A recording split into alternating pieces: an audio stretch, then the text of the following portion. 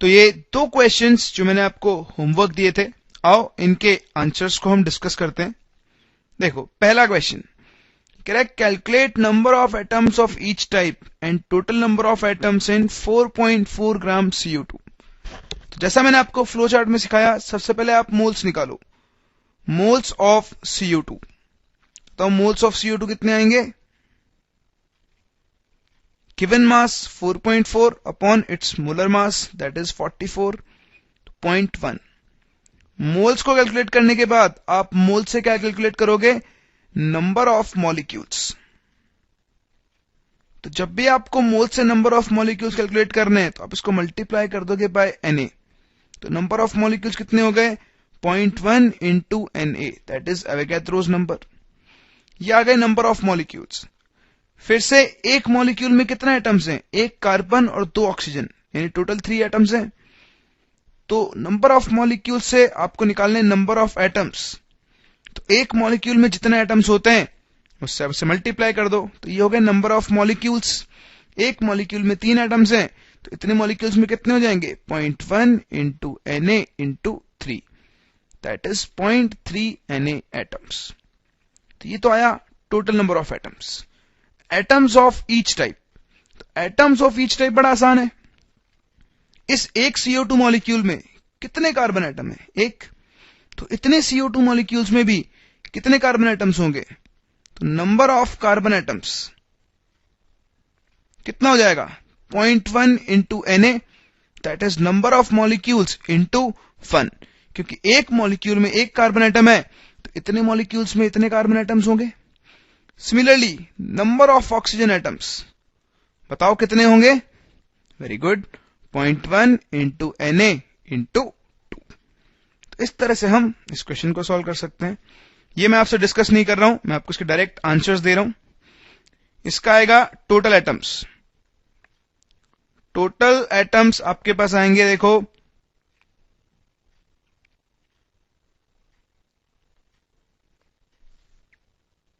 0.1 Na into 24 that is 2.4 Na। Number of carbon atoms आएंगे 0.6 Na। Number of hydrogen atoms आएंगे 1.2 Na and number of oxygen atoms आएंगे 0.6 Na। तो ये आपके पास answer होंगे second question के, जिसको आप सेम इसी तरह से सॉल्व कर सकते हो। तो ये जो हमने क्वेश्चंस देखे, इससे पहले जो हमने एग्जांपल्स देखे, उन सब में हमने क्या सीखा? हमने सीखा कि calculation of number of atoms from mass. आपको कंपाउंड का मास दिया है, या फिर आप कह सकते हो मोल्स, ठीक है। मास और मोल्स से आपने क्या सीखा? Calculation of number of atoms, कि हम कैसे गिवन मास में नंबर ऑफ एटम्स या फिर नंबर ऑफ मॉलिक्यूल्स कैलकुलेट कर सकते हैं। अब देखो मोल का एक और एप्लीकेशन। ये तो हमने सीखा कि हम कैसे नंबर ऑफ एटम्स पता करते हैं मास से या मोल्स से। अगर हमें इसका उल्टा प्रोसेस करना हो, मतलब नंबर ऑफ एटम्स या फिर नंबर ऑफ मॉलिक्यूल्स से हमें मोल्स कैलकुलेट करना, आओ इसको भी डिस्कस करते हैं। Calculation of number of moles from number of particles that is atoms और मॉलिक्यूल्स। तो हम सीखेंगे कि कैसे हम नंबर ऑफ मोल्स कैलकुलेट करते हैं फ्रॉम नंबर ऑफ पार्टिकल्स। देखो बहुत सिंपल सा फॉर्मूला है, मैं डिराइव कर रहा हूं आपके सामने ही ताकि आपको समझ में आए। हम ये कहते हैं कि अगर हमारे पास Na पार्टिकल्स हैं, Na पार्टिकल्स है ना, बताओ Na पार्टिकल्स कितने मोल्स में होते हैं? बताओ। वेरी गुड, कितने मोल्स में होते हैं? 1 मोल में। यानी हम कह सकते हैं कि Na पार्टिकल्स होते हैं 1 मोल के बराबर। तो हम यूनिटरी मेथड लगा रहे हैं, बताओ 1 पार्टिकल कितने मोल के बराबर होगा? 1 पार्टिकल 1 अपॉन Na मोल के बराबर, है ना। अगर सपोज हमारे पास n पार्टिकल्स हैं, n पार्टिकल्स, तो बताओ n पार्टिकल्स कितने मोल्स के बराबर हो जाएंगे? अगर 1 पार्टिकल 1 अपॉन Na मोल के बराबर है, तो n पार्टिकल्स कितने हो जाएंगे? n divided by Na moles के बराबर। तो ये क्या आ गया हमारे पास, नंबर ऑफ मोल्स का नया फॉर्मूला। यानी हम कह सकते हैं कि number of moles is equals to क्या हो जाएगा, एन। ये क्या है, गिवन नंबर ऑफ पार्टिकल्स, कि हमारे पास कितने पार्टिकल हैं, तो इसको लिख सकते हैं given number of particles divided by Avogadro number. Avogadro number, तो यहां से हमारे पास एक नया फॉर्मूला आ गया कि अगर आपको क्वेश्चन में नंबर ऑफ पार्टिकल्स दिए हैं, अभी तक तो हम नंबर ऑफ पार्टिकल्स कैलकुलेट करते थे, अब हमें नंबर ऑफ पार्टिकल्स दिए होंगे, तो उसको अगर हम एवोगैड्रो नंबर Na से डिवाइड कर दें तो हमारे पास क्या आ जाएंगे, नंबर ऑफ मोल्स। तो देखो बहुत आसान है, अगर आपको मोल्स दिए हैं और मोल्स से आपको नंबर ऑफ पार्टिकल्स यानी एटम्स या मॉलिक्यूल्स कैलकुलेट करना है, तो आप मोल्स को किससे मल्टीप्लाई कर दोगे, Na से। यानी अगर आपको मोल्स से नंबर ऑफ पार्टिकल्स निकालना है तो आप किससे मल्टीप्लाई करोगे, Na से। लेकिन अगर आपको नंबर ऑफ पार्टिकल्स से मोल्स निकालने हैं तो आप रिवर्स प्रोसेस कर दो, दैट इज आप क्या कर दोगे, डिवाइड बाय Na। तो ये आप कन्वर्जन ध्यान रखना, मोल्स से number of particles multiply by Na, number of particles से मोल्स तो आप क्या कर दोगे, divide by Na। For example एक छोटा सा क्वेश्चन मैं आपको देता हूं कि calculate moles of 1.204 into 10⁻21 sodium atoms. आपको मोल्स कैलकुलेट करने 1.204 into 10⁻21 सोडियम एटम्स के। तो देखो यहां आपको नंबर ऑफ सोडियम एटम्स दिए हुए हैं, आपको मोल्स कैलकुलेट करना है, तो मोल्स का फॉर्मूला क्या हो जाएगा, गिवन नंबर ऑफ पार्टिकल्स, तो पार्टिकल्स में क्या दिए हैं आपको, atoms, divided by Avogadro number 6.02 into 10⁻23 लिख सकते हैं। इस वैल्यू को डिवाइड कर लो तो आपके पास आंसर आएगा 0.02। कितना हो जाएगा, 0.02। ठीक है, तो इस तरह से आप यहां पे नंबर ऑफ मोल्स कैलकुलेट कर सकते हो। अब देखो एक बहुत इंपॉर्टेंट चीज है, यहां पे आपको क्या दिया है, सोडियम एटम्स। तो ये जो मोल्स आए वो भी किसके आएंगे, सोडियम एटम्स के। अगर आपको यहां मॉलिक्यूल्स दिए होते, देखो जैसे दूसरा क्वेश्चन कि calculate number of moles in 6.02 into 10⁻22 H2O molecules.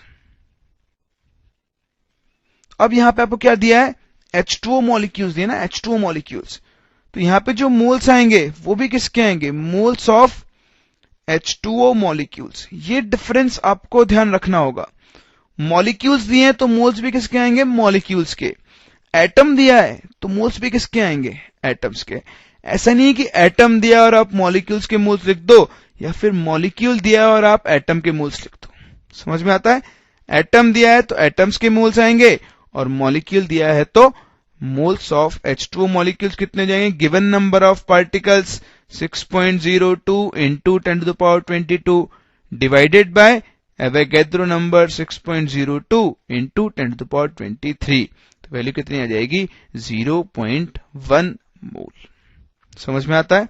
तो इस तरह से हम गिवन नंबर ऑफ पार्टिकल्स से क्या कैलकुलेट कर सकते हैं, नंबर ऑफ मोल्स। कुछ नहीं करना है, जो नंबर ऑफ पार्टिकल्स आपको दिए हैं उसको आप एवोगैड्रो नंबर से डिवाइड कर दो, तो आप क्या कैलकुलेट कर सकते हो, नंबर ऑफ मोल्स। अब देखो नंबर ऑफ मोल्स कैलकुलेट करने के हमने दो फॉर्मूले सीखे, एक मास से और दूसरा नंबर ऑफ पार्टिकल से। आओ दोनों को कोरिलेट करते हैं और देखते हैं इनके ऊपर हमसे कैसे क्वेश्चन पूछे जाते हैं। तो हम बात कर रहे हैं कि हमने नंबर ऑफ मोल्स कैलकुलेट करना सीखा है from mass and from number of particles. जब भी मुझे मास से मोल्स कैलकुलेट करने होते हैं तो मैं क्या करता हूं, डिवाइड बाय मोलर मास, याद है। और मोल्स से जब भी मुझे मास कैलकुलेट करना है तो मैं क्या करूंगा, मल्टीप्लाई बाय मोलर मास, है ना, सीखा है हमने। सेम इसी तरह अभी भी हमने देखा कि नंबर ऑफ पार्टिकल से अगर मुझे मोल्स निकालना है तो मैं क्या कर दूंगा, डिवाइड बाय Na, और मोल से अगर मुझे नंबर ऑफ पार्टिकल्स निकालना है तो मैं क्या कर दूंगा, मल्टीप्लाई बाय Na। ये चार्ट अगर आपको याद रह जाता है तो आप मोल का कोई भी क्वेश्चन कर सकते हो, कोई भी क्वेश्चन। बहुत आसान चार्ट है, आपको ना रटना भी नहीं पड़ेगा। आप क्या करो, क्वेश्चन जब भी करो इस चार्ट को यूज करके करो, तो आपको धीरे धीरे वैल्यूज याद हो जाएंगी और अपने आप ही आप देखना बहुत फास्ट इसे यूज करने लग जाओगे। मेरी तरफ से एक ट्रिक कि मोल से जब भी कुछ और निकालना हो, जैसे मोल से मास निकालना है या नंबर ऑफ पार्टिकल्स निकालना है, तो हम हमेशा मल्टीप्लाई करते हैं, हमेशा। और जब भी किसी और क्वांटिटी से आपको मोल्स निकालना है तो आप हमेशा क्या करोगे, डिवाइड। तो इस तरह से हम इन दोनों फॉर्मूलेस को रिलेट कर सकते हैं और आओ डिस्कस करते हैं इसके ऊपर बेस्ड क्वेश्चन कैसे बनता है। तो देखो, आपको क्वेश्चन दिया है, calculate the mass of 3.01 into 10 to the power 23 molecules of CO2 and दूसरा 6.02 into 10 to the power 22 atoms of nitrogen। देखो, गिवन क्वांटिटी क्या है, नंबर ऑफ पार्टिकल्स, और कैलकुलेट क्या करना है, मास। हमें नंबर ऑफ पार्टिकल से जाना है मास पे, तो पहले नंबर ऑफ पार्टिकल से क्या निकालने होंगे, मोल्स। नंबर ऑफ पार्टिकल से मोल्स निकालने के लिए अब देखो यहां पार्टिकल्स पे ध्यान देना, पार्टिकल्स एटम्स भी हो सकते हैं और मॉलिक्यूल्स भी हो सकते हैं। तो जैसा मैंने आपको बताया, एटम्स हैं तो एटम्स के मोल्स आएंगे, मॉलिक्यूल्स है तो मॉलिक्यूल के मोल्स आएंगे। तो मैं दोनों ही एग्जांपल ले रहा हूं ताकि आप समझ सको। तो पहला पार्ट देखो, 3.01 into 10 to the power 23 molecules of CO2। तो मॉलिक्यूल्स से आपको पहले मोल्स निकालना है, तो डिवाइड बाय किससे कर दोगे, Na, यानी मोल्स ऑफ CO2 कितना हो गया, given number of particles that is 3.01 into 10 to the power 23 divided by Avogadro number 6.02 into 10 to the power 23। Divide करो, ये इसको 1/2 टाइम्स हो जाएगा कैंसिल करने पर। तो CO2 के मोल्स कितने आ गए, हाफ, आधा काम हो गया, मोल्स आ गए। अब क्या करना है, मोल्स से क्या निकालना है, मास। तो मोल्स से मास निकालने के लिए क्या करना पड़ेगा, multiply by molar mass. CO2 का मोलर मास कितना आएगा, 44। तो बताओ मास ऑफ CO2 कितना हो गया, 1/2 into 44 दैट इज 22 ग्राम्स। तो ये हमारा क्वेश्चन सॉल्व हो गया कि इतने मॉलिक्यूल CO2 का मास कितना आएगा, 22 ग्राम। बहुत आसान है, बहुत आसान। जो नंबर ऑफ पार्टिकल्स दिए उससे पहले मोल्स निकालो और मोल्स को मोलर मास से मल्टीप्लाई कर दो तो हमें क्या मिल जाएगा, मास। देखो second part, 6.02 into 10 to the power 22 atoms of nitrogen। फिर से वही काम करो, पहले निकालो मोल्स ऑफ, इस बार नाइट्रोजन एटम दिया है तो मोल्स भी किसके आएंगे, नाइट्रोजन एटम्स के। कितने, 6.02 into 10 to the power 23 divided by, sorry not 23, 22 divided by 6.02 into 10 to the power 23। Given number of particles को एवोगैड्रो नंबर से डिवाइड कर दो, तो ये कितना आएगा, 0.1। तो ये आ गए मोल्स ऑफ नाइट्रोजन एटम्स। लेकिन हमें क्या निकालना है, मास। मोल्स से मास निकालने के लिए क्या करेंगे, मल्टीप्लाई बाय मोलर मास। तो मास ऑफ नाइट्रोजन एटम्स कितना आ गया बताओ, एक नाइट्रोजन का मास होता है 14, तो ये इसका मोलर मास हो गया 14 into 0.1, यानी कितना हो गया, 1.4 ग्राम्स। समझ में आता है। तो इस तरह से हम नंबर ऑफ पार्टिकल्स से मास कैलकुलेट कर सकते हैं, और मास से नंबर ऑफ पार्टिकल्स कैलकुलेट करना तो मैं आपको पहले सिखा चुका हूं कि मास से पहले निकालो मोल्स और मोल्स से फिर आप क्या निकाल सकते हो, नंबर ऑफ पार्टिकल्स। तो इस तरह से हम मोल के फॉर्मूलेस को यूज करते हैं टू कैलकुलेट आइदर मास और to calculate number of particles. तो आई होप अब आपको मोल कंसेप्ट यूज करना समझ में आ गया होगा। अब इसको यूज करके आप अपनी टेक्स्ट बुक के क्वेश्चंस को अटेम्प्ट कर सकते हो। अगर आपने ये क्वेश्चन दोबारा प्रैक्टिस किए तो मेरी गारंटी है कि आप अपनी बुक में से ऐसा कोई क्वेश्चन नहीं जिसे आप नहीं कर सकते हो। द कंडीशन इज, जितने इलस्ट्रेशंस मैंने आपको सिखाए एक बार उनको आप अपने आप से करो, आपको सब कुछ समझ में आ जाएगा। तो अब हमने मोल्स वगैरह सब कुछ कैलकुलेट करना सीख लिया है। चलो अब एक नया टॉपिक पढ़ते हैं, बिल्कुल नया topic, that is percentage of an element in a compound.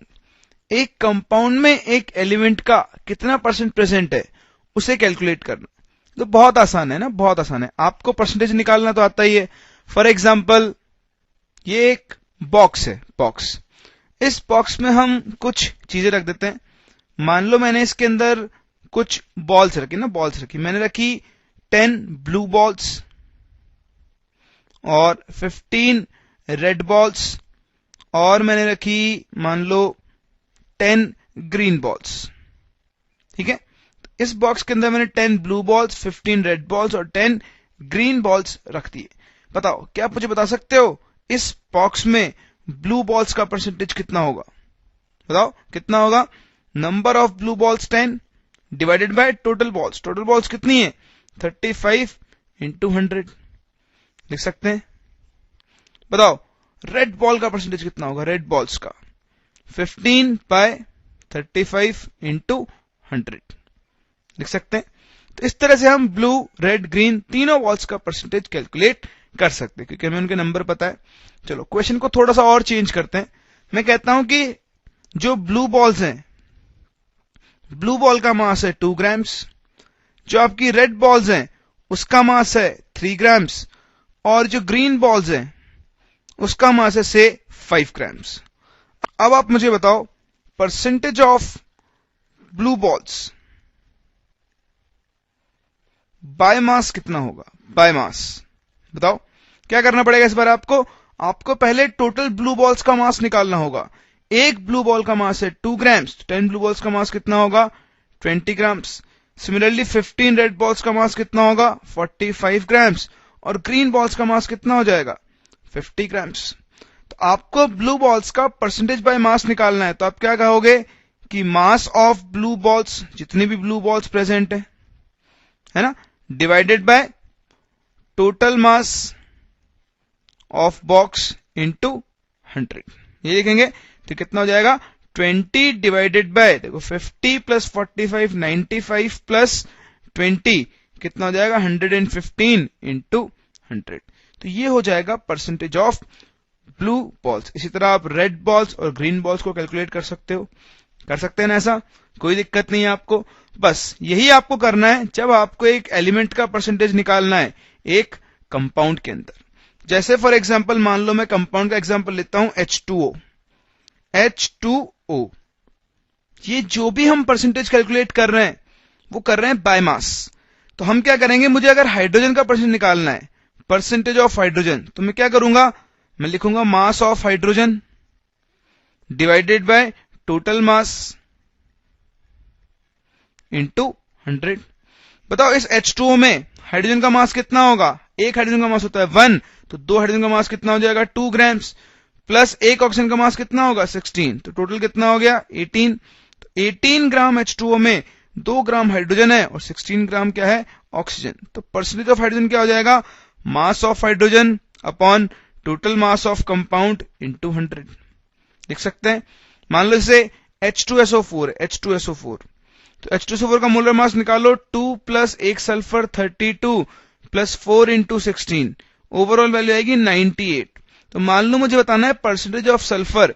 तो परसेंटेज ऑफ सल्फर कितना हो जाएगा? सल्फर का mass that is 32 divided by H2SO4 का molar mass that is 98 into 100। कर सकते हैं कैलकुलेट, बहुत आसान है।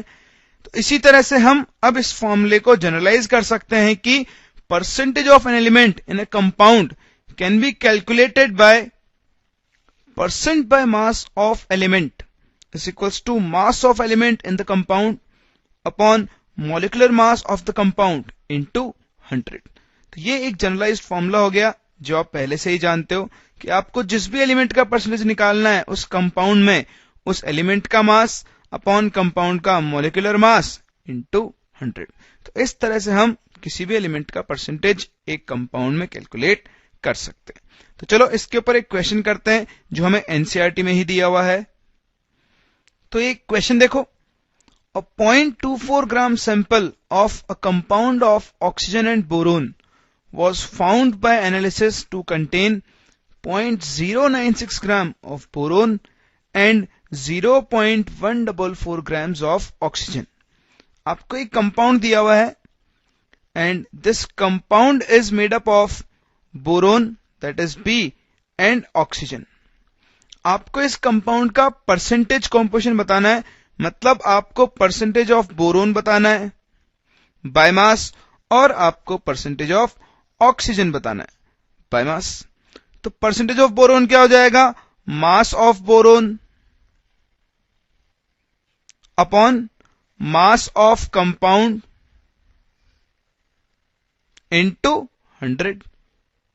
बताओ मास ऑफ बोरोन, क्वेश्चन में दिया है mass of boron 0.096 grams divided by mass of compound, mass of compound कितना है 0.24 ग्राम इंटू 100। तो ये परसेंटेज ऑफ बोरोन हो जाएगा जो कि कितना आएगा 40%। ऑक्सीजन के लिए हमें फॉर्मूला लगाने की जरूरत ही नहीं है, अगर कंपाउंड में सिर्फ बोरोन और ऑक्सीजन है और बोरोन का परसेंटेज है 40 तो ऑक्सीजन का परसेंटेज कितना हो जाएगा 60, तो डायरेक्टली कितना जाएगा 60% ऑक्सीजन। समझ में आता है। तो आप इस तरह से किसी भी कंपाउंड के गिवन मास में एक एलिमेंट का परसेंटेज कैलकुलेट कर सकते हो। इसके बाद नेक्स्ट जो हमारा टॉपिक है that is laws of chemical combination. देखो आपकी बुक में ये सबसे पहला टॉपिक है, लेकिन मैं इसको सबसे लास्ट में पढ़ा रहा हूं क्योंकि आपने बाकी सब चीजें पढ़ ली है, तो आपको लॉज ऑफ केमिकल कॉम्बिनेशन आसानी से समझ में आ जाएंगे। तो चलो स्टार्ट करते हैं। Laws of chemical combination. देखो बच्चों, आप बहुत सारे कंपाउंड्स के फॉर्मूले जानते हो, जिसमें एग्जांपल ले रहा हूं आपके सामने H2O। ये किसका फॉर्मूला है, this is the formula of water. आपने कभी सोचा है कि वाटर का फॉर्मूला H2O ही क्यों है, ये H3O या HO3 क्यों नहीं है। सिमिलरली कार्बन डाइऑक्साइड क्या होती है CO2, कार्बन डाइऑक्साइड का फॉर्मूला क्या होता है CO2। वही क्वेश्चन, इसका फॉर्मूला C3O2 C2O5 या और कुछ क्यों नहीं होता। तो इन क्वेश्चंस का जवाब जानने के लिए हमें कहां जाना पड़ेगा, लॉज ऑफ केमिकल कॉम्बिनेशन। देखो जब भी कोई मॉलिक्यूल या कंपाउंड बनता है तो उनमें एटम्स कंबाइन होते हैं, ये हम अच्छी तरह जानते हैं। तो ये एटम्स कंबाइन होकर मॉलिक्यूल्स या कंपाउंड्स बनाते हैं। तो जब भी ये मॉलिक्यूल्स या फिर कंपाउंड्स बनाएंगे तो कुछ लॉज को फॉलो करते हैं जिन्हें हम क्या बोलते हैं, लॉज ऑफ केमिकल कॉम्बिनेशन। तो आओ एक एक करके डिस्कस करते हैं कि आखिर वो कौन से लॉज हैं जिनको एलिमेंट्स कंबाइन होते टाइम फॉलो करते हैं। तो इनमें सबसे पहला जो लॉ है that is law of conservation of mass. देखो law of conservation of mass का एक बहुत ही इंपॉर्टेंट स्टेटमेंट है कि mass can neither be created nor be destroyed. ना तो हम मास को क्रिएट कर सकते हैं, ना ही हम उसे क्या कर सकते हैं, डिस्ट्रॉय कर सकते हैं। तो अगर हम एक केमिकल रिएक्शन की बात करें, फॉर एग्जांपल मैं वाटर फॉर्म करता हूं, तो वाटर के फॉर्म होने की रिएक्शन क्या होती है, हाइड्रोजन और ऑक्सीजन कंबाइन होकर क्या बनाते हैं, वाटर। इस रिएक्शन को हम बैलेंस कर सकते हैं, इसे मैं 2H2O लिख दूंगा, इसे मैं 2H2 लिख दूंगा, तो बैलेंसिंग आपको आती है। हमने एक बैलेंस रिएक्शन लिखी। अब देखो ये लॉ क्या कहता है कि आप ना तो मास क्रिएट कर सकते हो, ना ही मास को डिस्ट्रॉय कर सकते हो। तो फॉर एग्जांपल देखो यहां पर मैं हाइड्रोजन का मास कैलकुलेट करता हूं। अगर आप यहां हाइड्रोजन का मास कैलकुलेट करो तो 2 हाइड्रोजन है, हर एक हाइड्रोजन का मास होता है 1, तो 1 + 1 2 हाइड्रोजन है 2 हो जाएगा, तो 2 × 2 प्लस कितने ऑक्सीजन है 2, और हर ऑक्सीजन का मास कितना होता है 16, 2 × 2 = 4 प्लस 16 × 2 = 32, टोटल वैल्यू कितनी हो गई 36। तो समझ में आता है। सेम इसी तरह आप प्रोडक्ट साइड में आओ। प्रोडक्ट साइड में देखो 2 वाटर मॉलिक्यूल्स हैं, 2 हाइड्रोजन प्लस 1 ऑक्सीजन, 2 + 16 कितना हो गया 18, 18 2 से कितना होता है 36। यानी जब H2 और O2 कंबाइन होकर H2O बनाते हैं तो जितना मास रिएक्टेंट्स का है उतना ही मास किसका है, प्रोडक्ट्स का। यानी इस रिएक्शन में जो टोटल मास था वो चेंज नहीं हुआ। रिएक्शन होने से पहले मास जितना था, रिएक्शन होने के बाद भी मास कितना है उतना ही है। यही क्या होता है लॉ ऑफ कंजर्वेशन ऑफ मास, कि एक रिएक्शन के अंदर जो टोटल मास ऑफ रिएक्टेंट्स होता है वो हमेशा किसके इक्वल होता है, टोटल मास ऑफ प्रोडक्ट्स। यानी रिएक्शन के दौरान मास में कोई चेंज नहीं आएगा, जितना टोटल मास इनिशियली था फाइनली टोटल मास भी कितना होगा, उतना ही होगा। तो law of conservation of mass का हम एक बहुत इंपॉर्टेंट फॉर्म लिख सकते हैं, जो कि है total mass of reactants is equals to total mass of products. ये हम किसी भी केमिकल रिएक्शन पे अप्लाई कर सकते हैं, ये हर केमिकल रिएक्शन पे वैलिड है कि रिएक्शन से पहले जो टोटल मास ऑफ रिएक्टेंट्स होगा that will be equal to total mass of products after completion of reaction. तो ये हुआ पहला law of chemical combination, that is law of conservation of mass. दूसरा लॉ देखते हैं, लॉ ऑफ कांस्टेंट प्रोपोर्शंस। देखो ये भी एक बहुत इंपॉर्टेंट लॉ है जो कंपाउंड्स के फॉर्मेशन को एक्सप्लेन करता है। देखो फिर से मैं एग्जांपल लेता हूं H2O का। H2O मिलकर बना है हाइड्रोजन एंड ऑक्सीजन से। तो देखो इस H2O को बनाने में हाइड्रोजन का कितना मास काम में आ रहा है, 2। ऑक्सीजन का कितना मास काम में आ रहा है, 16। तो अगर हम हाइड्रोजन और ऑक्सीजन का मास रेशियो कैलकुलेट करें तो वो कितना आएगा, 1:8। कितना आ रहा है, 1:8। यानी जब भी वाटर फॉर्म होना है तो हाइड्रोजन और ऑक्सीजन को हमेशा किस रेशियो में कंबाइन होना होगा, इंटू 1:8 रेशियो। ये क्या कहता है, लॉ ऑफ कांस्टेंट प्रोपोर्शन। जैसे हम इस रिएक्शन को कंप्लीट करते हैं, इसको हम बैलेंस करेंगे तो 2H2 लिखते थे, अभी लिखा था थोड़ी देर पहले। ये भी कितना होगा, 2H2। देखो यहां हाइड्रोजन का मास कितना काम में आया, 4। यहां ऑक्सीजन का मास कितना काम में आया, 32। बताओ रेशियो कितना हो गया, 1:8। यानी जब भी वाटर फॉर्म होगा तो हाइड्रोजन और ऑक्सीजन को हमेशा किस रेशियो में कंबाइन होना होगा, 1:8 के रेशियो में। और एग्जांपल देखते हैं ना, और एग्जांपल देखते हैं। फॉर एग्जांपल आप लो CO2। CO2 कब बनता है, जब कार्बन ऑक्सीजन के साथ कंबाइन होता है, बनता है। यहां कार्बन का मास कितना है, 12 ग्राम। ऑक्सीजन का मास कितना है, 32 ग्राम। कैंसिल करो, रेशियो लो, 4 से लो, 3:8। यानी जब भी CO2 फॉर्म होगा तो कार्बन और ऑक्सीजन को हमेशा किस रेशियो में कंबाइन होना होगा, 3:8 के रेशियो में।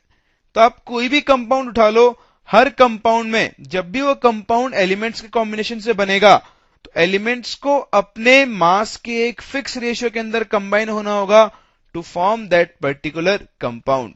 जैसे मैं बात करूं, मुझे CH4 बनाना है, CH4 मीथेन। कार्बन का मास 12, हाइड्रोजन का मास कितना आएगा यहां पे 4। 12:4 रेशियो कितना हो गया, 3:1। तो जब भी कार्बन और हाइड्रोजन 3:1 के रेशियो में कंबाइन होंगे तो क्या बन जाएगा आपके पास, मीथेन।